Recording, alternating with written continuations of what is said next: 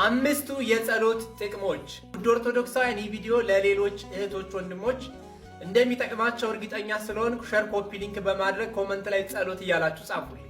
እንግዲህ ህይወታችሁን በጸሎት እየመራችሁ ያላችሁ እነዚህ 5 ነገሮች በህይወታችሁ ውስጥ እንዳሉ ታውቃላችሁ።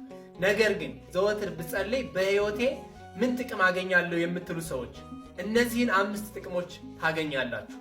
አንደኛ፣ ይበልጥ ከእግዚአብሔር አምላካችሁ ጋር ትቀራረባላችሁ። ሁለተኛ፣ ከክፉ ነገር ትጠበቃላችሁ ወይም እግዚአብሔር አምላክ ከክፉ ነገር ይጠብቃችኋል። ሶስተኛ፣ በፈቃደ እግዚአብሔር እንድትመላለሱ ይጠቅማችኋል፣ ይረዳችኋል።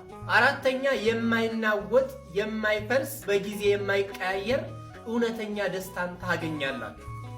አምስተኛና የመጨረሻው ደግሞ በተስፋ እንድትኖሩ ይረዳችኋል። ዘወትር ጸሎት ብታደርጉ እነዚህን 5 በረከቶች በሕይወታችሁ ውስጥ ታገኛላችሁ።